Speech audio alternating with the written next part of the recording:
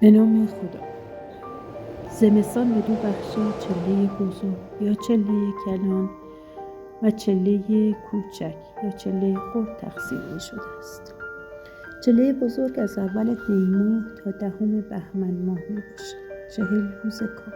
چله کوچک از 11 بهمن تا پایان بهمن ماه 20 روز کامل و به همین دلیل چون 20 روز کمتر از چله بزرگ است چله کوچک گفته می شود. غروب آخرین روز چله بزرگ جشن صده برگزار شد و مردم هم جمع می‌شدند و از این جشن لذت می‌بردند. در نهایت با برپایی آتش و خواندن شعر و خاک به دور آتش صده را جشن می‌گرفتند. این دو برادر چله بزرگ و چله کوچک در 8 روز در کنار همدیگر هستند که آن 8 روز را 4 می‌نماید.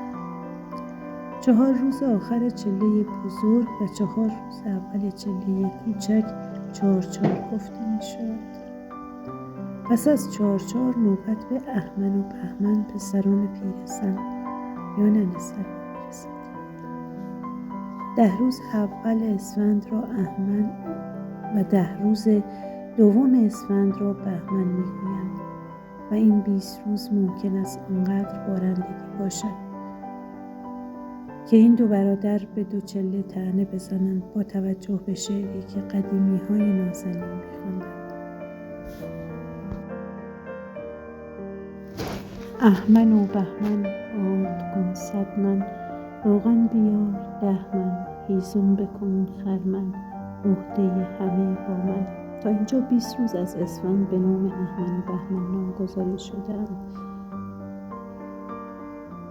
و میماند 10 روز آخر اسفند ماه که 5 روز اول سیاه بهار نام گرفته و شعری هم که قدیمی‌ها می‌خواندند: سیاه بهار شب ببار و روز بکار.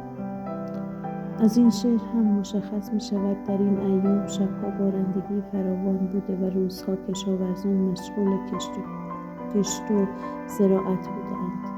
5 روز آخر هم سرما پیرزن نام گرفته است که در این روزها آسمان گاهی ابری، گاهی آفتابی و گاهی همراه با باد است. اکثر اوقات از آسمان تجربه می‌شود. قدیمی‌ها روی دلخواه بر این باور بودند که گردنبند پیرزن پاره شده و مهره‌های آن بزنند. اگر دوست داشتید